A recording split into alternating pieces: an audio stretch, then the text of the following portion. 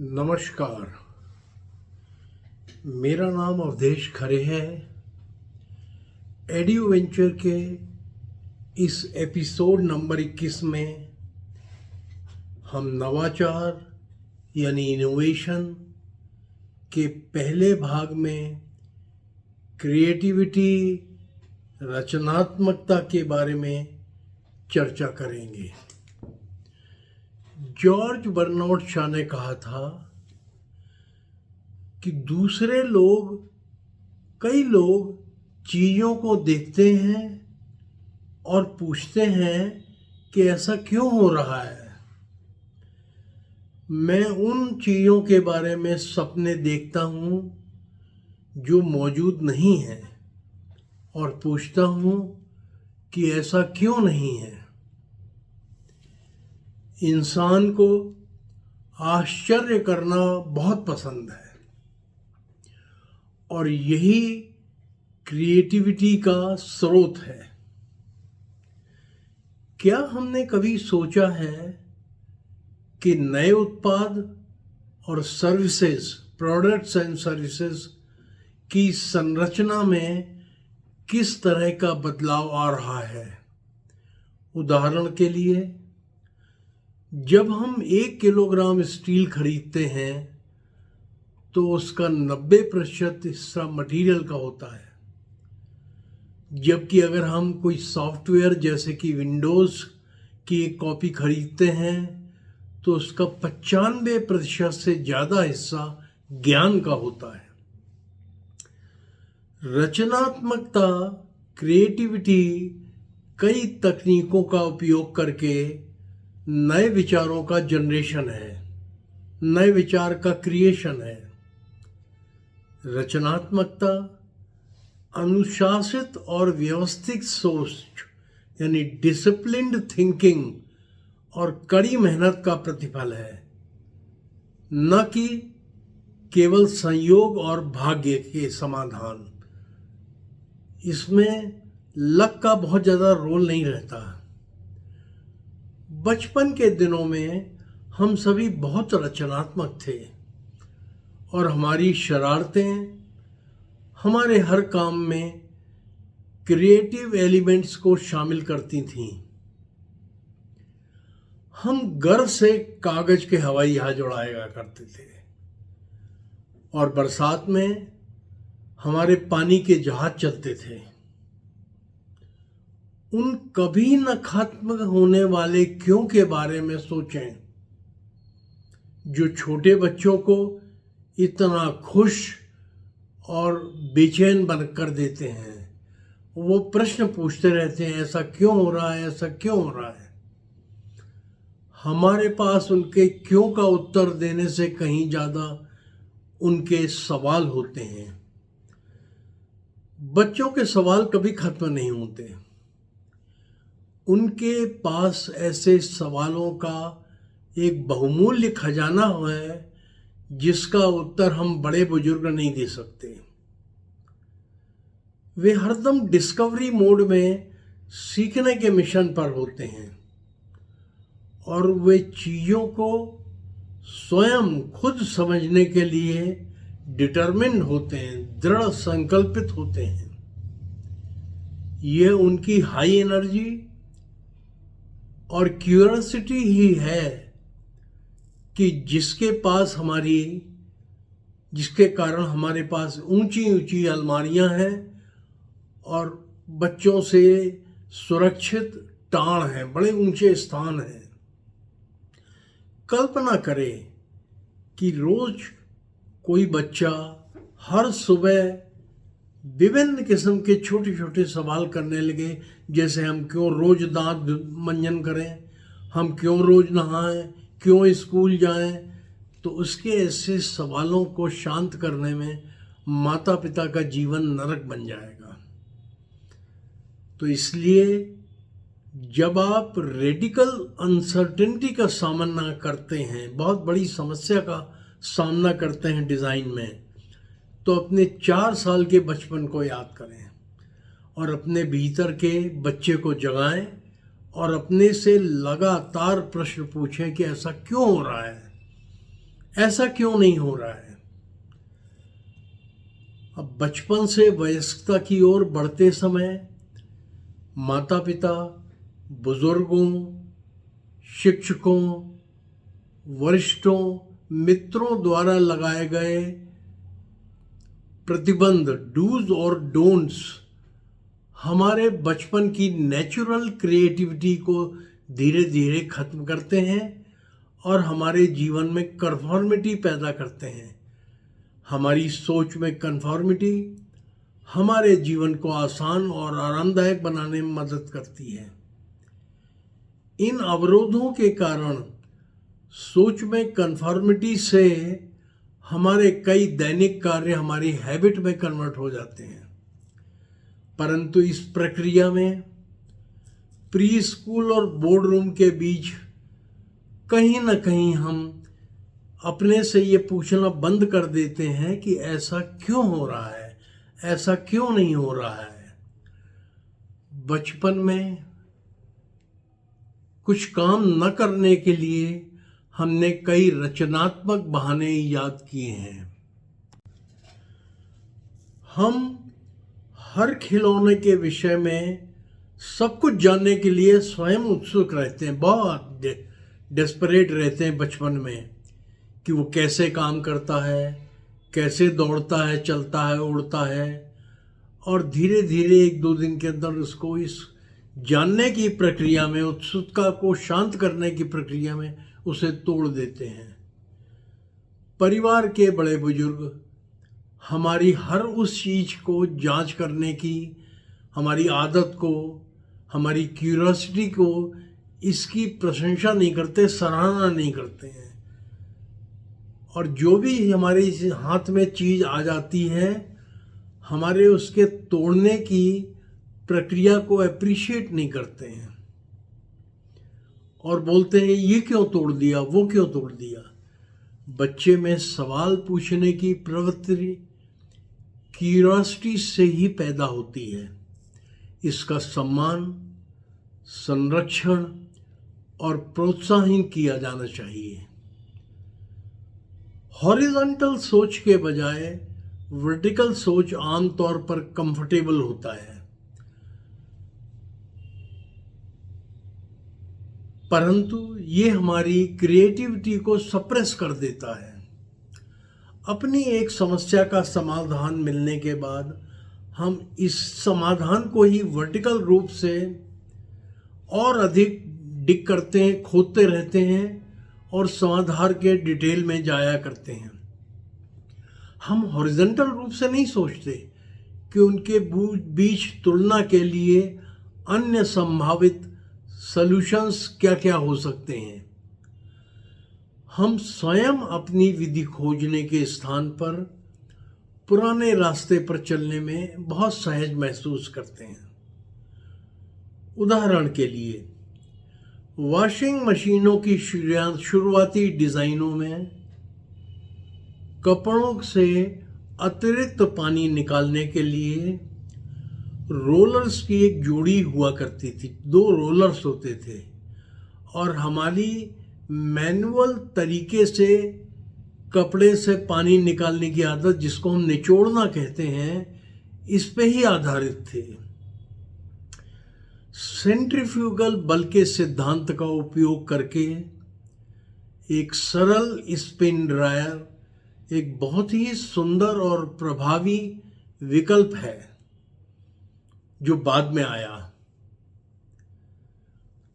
पुल पर नदी के तल में खंबे को जबरन ढकेलने के लिए या पाइल्स को जमीन में ड्राइव करने के लिए पाइल ड्राइवर का इस्तेमाल किया जाता है।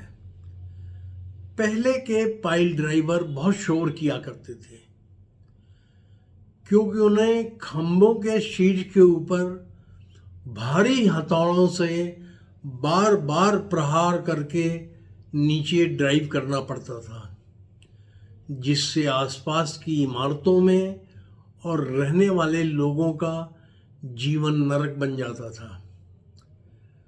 पहले के पाइल ड्राइवर चलाने के लिए बाद में एक समझदार और बहुत ही कुशल तरीका अपनाया गया। जिसमें खंबे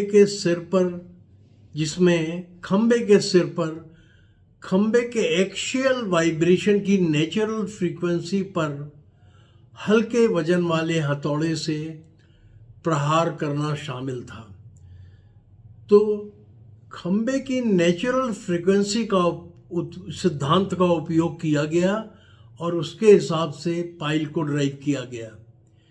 इस विधि ने जमीन को फ्लूइडाइज कर दिया, यानी थोड़ा द्रवित कर दिया, जिससे खंबे पर घर्षण बल बहुत कम हो गया और वो आसानी से जाने लग गया। अब दूसरा उदाहरण लें। कारों के शुरुआती डिजाइन में घोड़े पर चलाई जाने वाली गाड़ियों की तरह कार को आगे खींचने के सिद्धांत पर ये सब आधारित थे। जैसे घोड़ा बग्गी को खींचता है, वैसे ही कार को ड्राइव करने पर हमने कारें बनाई। ये फ्रंट ड्रिवन कार्स थी। बाद में जो डिज़ाइन बने कारों के, उनमें पीछे के पहियों के पर लगाए गए टार्क द्वारा धकेले जाने की व्यवस्था बनाई गई। हम ये कंक्लूजन निकाल सकते हैं कि मैनुअल प्रोसेस को बदलने के लिए ऑटोमेटिक प्रोसेसेस को डिज़ाइन करते समय केवल और केवल पुरानी विधियों का देखने का प्रयास नहीं करना चाहिए, कुछ नया भी सोचना चाहिए। क्रिएटिविटी का मतलब है बॉक्स के बाहर सोचना। ऑल्टरनेट सॉल्यूशन खोजने के लिए हमारे प्रोसेसेस और एटीट्यूड्स पर सवाल उठाना, अपनी जिज्ञासा को बनाए रखने के लिए कन्फॉर्मिटी और क्वेश्चनिंग के बीच हमें उचित संतुलन बनाए रखना पड़ता है। हमें कन्फॉर्मिटी और हैबिट्स के बीच में उचित संतुलन बनाए रखना बहुत ज़रूरी होता है। हर बात पे सवाल नहीं पूछ सकते कि ऐसा क्यों हो रहा है, ऐसा क्यों हो रहा है। कुछ चीज़ें स्वीकार भी करना पड़ती हैं। हम पारंपरिक तरीकों से पालन करके समस्या का समाधान खोजते हैं, लेकिन कभी कभी समस्या के नए रास्ते खोजना भी जरूरी होता है, उन्हें बंद नहीं कर सकते। यही कारण है कि समस्या के समाधान की शुरुआत में हम सरल तरीके खोजने के बाद भी नहीं रुकते। एक तरीका मिल जाता तो एक तरीका और खोजो, कंपेयर करो जिससे बाद में। कभी कभी ये जो डिफरेंस होता है, ये रेडिकल चेंजेस की ज़रूरत महसूस करता है, तो भी हम नए सॉल्यूशंस खोज करके ही रहेंगे। यही कारण है कि इनोवेटर्स इम्पॉसिबल को इनएविटेबल मानते हैं। वो मानते हैं कि अगर ये इम्पॉसिबल है तो जरूर करना है इसको।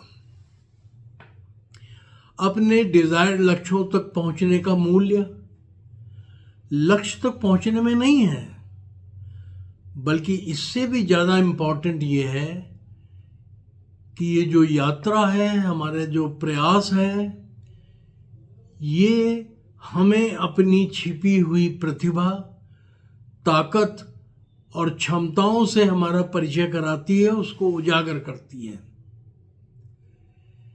क्रिएटिविटी डिज़ाइन का इन्वेंटिव फेज है और उसमें सूचना को मन में रख करके जानकारी को सोक करना पड़ता है, पकाना पड़ता है, इंक्यूबेट करना पड़ता है और सबकॉन्शियस माइंड द्वारा सॉल्यूशन आइडियाज का निर्माण करना पड़ता है। आर्किमिडीज और न्यूटन को केवल एक घटना के आधार पर नई जानकारी का ज्ञान नहीं हुआ था, वो उस बारे में निरंतर सोचा करते थे और किसी क्षण सबकॉन्शियस माइंड में उनके सॉल्यूशन आइडिया आ गया। अब हम क्रिएटिविटी और इनोवेशन की बात तो बहुत करते हैं, पर कभी कभी और हर समय काल में, किसी भी समय में, किसी भी देश में, कभी कभी क्रिएटिविटी से हमें उलझन भी बहुत होने लग जाती है अगर बच्चा बहुत क्रिएटिव है। एक उदाहरण देकर के मैं समझाऊंगा अपनी बात। डेनमार्क के कोपेनहेगन विश्वविद्यालय में फिजिक्स का डिग्री एग्जामिनेशन चल रहा था। एक बच्चे से एक वाइवा का सवाल पूछा गया कि बैरोमीटर से गगनचुंबी इमारत की ऊंचाई कैसे निर्धारित करोगे, इसको एक्सप्लेन करो। छात्र ने उत्तर दिया कि आप बैरोमीटर की गर्दन पर एक लंबी रस्सी बांध दें, फिर बैरोमीटर को इमारत की छत से नीचे जमीन तक छुलाएं, रस्सी की लंबाई और बैरोमीटर की लंबाई की गणना करें और इन दोनों को जोड़ दें। इससे इमारत की लंबाई मिल जाएगी, ऊंचाई मिल जाएगी। ये उत्तर तो बेहद मौलिक था, बहुत क्रिएटिव था, लेकिन परीक्षक जो था, एग्जामिनर, बड़ा क्रोधित हो गया और प्रोफेसर ने छात्र को तुरंत फेल कर दिया। छात्र ने इस आधार पर अपील की कि उसका उत्तर निर्विवाद रूप से सही है और विश्वविद्यालय ने मामलों को सुलझाने के लिए और फैसला करने के लिए एक स्वतंत्र मीडिएटर प्रोफेसर को अपॉइंट किया। जो मध्यस्थ प्रोफेसर था उसने फैसला दिया कि हाँ भाई, बात तो तुम्हारी बिल्कुल सही है, तुम्हारा उत्तर करेक्ट है, लेकिन छात्र ने फिजिक्स के बारे में कोई उल्लेखनीय ज्ञान का प्रदर्शन नहीं किया है। इसलिए समस्या को हल करने के लिए, सुलझाने के लिए छात्र को बुलाया गया और उसे 6 मिनट का समय दिया गया और कहा गया कि तुम कोई एक और मौखिक उत्तर दो, मुझे एक्सप्लेन करो, जिसमें फिजिक्स के बेसिक प्रिंसिपल्स का उपयोग हो और कम से कम थोड़ी बहुत तो फिजिक्स की जानकारी प्रदर्शित हो।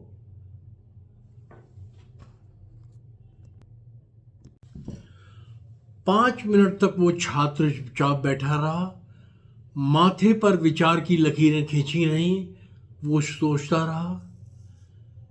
5 मिनट बीतने पर जो प्रोफेसर था उसने याद दिलाया कि तुम्हारा टाइम खत्म हो रहा है, जल्दी करो। जिस पर छात्र ने उत्तर दिया कि उसके पास कई सॉल्यूशंस हैं, बड़े रेलिवेंट सॉल्यूशंस हैं, और वो तय नहीं कर पा रहा है कि कौन सा उत्तर दे आपको। जल्दी करने के लिए जब कहा गया छात्र को, तो उसने कहा कि सबसे पहले आप बैरोमीटर को गगनचुंबी छत की इमारत की छत पर ले जा सकते हैं, इसे किनारे पर रखें और गिरा दें। जमीन तक पहुंचने में, बैरोमीटर के जमीन तक पहुंचने में लगे हुए समय की गणना स्टॉप वॉच से कर लें। फिर इमारत की ऊंचाई नापने के लिए एक सिंपल सूत्र का प्रयोग कर लें, height is equal to half GT²। लेकिन अफसोस, बैरोमीटर टूट जाएगा। या अगर सूरज चमक रहा है तो आप बैरोमीटर की ऊंचाई नापने के लिए बैरोमीटर को नापें, पहले इसकी इमारत की ऊंचाई नापने के लिए पहले बैरोमीटर को नापें और इसे एक कोने में वर्टिकल खड़ा करें और इसकी छाया की लंबाई नाप लें। फिर आप इमारत की छाया की लंबाई भी नापें और इसके बाद इमारत की ऊंचाई का पता लगाना बहुत आसान है। ये it's a matter of proportional mathematics. Tangent का फॉर्मूला उपयोग करके पता कर लें। लेकिन अगर आपको ये भी पसंद नहीं आया और आप इसके बारे में अत्यधिक वैज्ञानिक होना चाहते हैं, तो आप बैरोमीटर में एक छोटी सी रस्सी बांध सकते हैं और इसे पेंडुलम की तरह घुमाएं, पहले जमीन पर और फिर गगनचुंबी इमारत पर, और टाइम पीरियड नापें। जो ग्रेविटेशनल रेस्टोरिंग फोर्स है, वो समय के अंतर के सिद्धांत पर, क्योंकि जो समय में अंतर आएगा छत के ऊपर और जमीन पर, तो T = 2π × √L/g का उपयोग करके आप इमारत की लंबाई निकाल सकते हैं। या यदि गगनचुंबी इमारत के बाहर आपातकालीन सीढ़ी है, तो उस पर चलना बहुत आसान होगा। बैरोमीटर की लंबाई से ऐसे ऐसे करके आप इमारत पर चढ़ते जाएं, नापते जाएं, चढ़ते जाएं, नापते जाएं, और फिर उसको जोड़ लें, तो आपको इमारत की ऊंचाई मिल जाएगी। ये भी अगर पसंद नहीं आया हो उत्तर, और आप केवल बोरिंग और ऑर्थोडॉक्स होना चाहते हैं, तो निश्चित रूप से आप गगनचुंबी इमारत पर और जमीन पर हवा के दबाव को नापने के लिए बैरोमीटर का उपयोग कर सकते हैं, और इमारत की ऊंचाई जानने के लिए इस अंतर को, जो मिलीबार में अंतर मिल रहा है आपको हवा के दबाव में, उसको फीट में कन्वर्ट कर सकते हैं। संभवतः पुराना टीचर जो प्रोफेसर था ये उत्तर जानना चाहता था, लेकिन चूंकि हमें लगातार मन की स्वतंत्रता का उपयोग करने और वैज्ञानिक तरीकों को लागू करने के लिए मोटिवेट किया जाता है, तो इसलिए निस्संदेह सबसे अच्छा तरीका होगा कि नीचे चौकीदार के कमरे में जाकर के दरवाज़ा खटखटाएं और उससे कहें कि यदि आप एक बहुत अच्छा बैरोमीटर चाहते हैं, तो मैं ये बैरोमीटर आपको दे दूंगा, यदि कृपया करके आप मुझे बता दें कि इमारत कितनी ऊंची है। छात्र के सारे उत्तर बहुत इंटरेस्टिंग थे। संभवतः कई उत्तर तो प्रोफेसर्स के भी दिमाग में नहीं आते। इस छात्र का नाम नील बोर था, जो फिजिक्स में जिसको नोबेल पुरस्कार मिला है, और फिजिक्स में नोबेल पुरस्कार जीतने वाला डेनमार्क का ये एकमात्र नागरिक था। मैं इस एपिसोड को यहीं समाप्त कर रहा हूँ।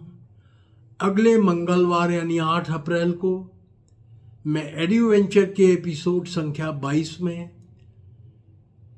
सेल्फ असेसमेंट बाय लर्नर, छात्र अपने बारे में अपने ज्ञान की गहराई को कैसे एसेस करें, इसके बारे में चर्चा करूंगा।